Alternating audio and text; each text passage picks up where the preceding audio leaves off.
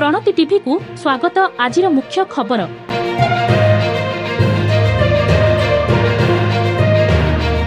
छत्रपुर अंतर्गत विपुलिंगी पंचायत स्थित करताली ग्राम में शीतल षष्ठी यात्रा समाहित हो जाइछि। एही यात्रा करताली ग्रामर लोकनाथ मंदिर रे पालन करा जाइछि। हर पार्वती को एक सज्जित रथरे ग्रामवासी मिलित होई ग्राम भ्रमण कराई बाजा बाजणा और पटुआ रे दुलुकी उठिथिबा देखिबाकू मिलिछि। लोकनाथ मंदिर ठारू आरंभ करी ग्राम रे परिक्रमा करी यात्रा मंदिर ठारे शेष करथिले।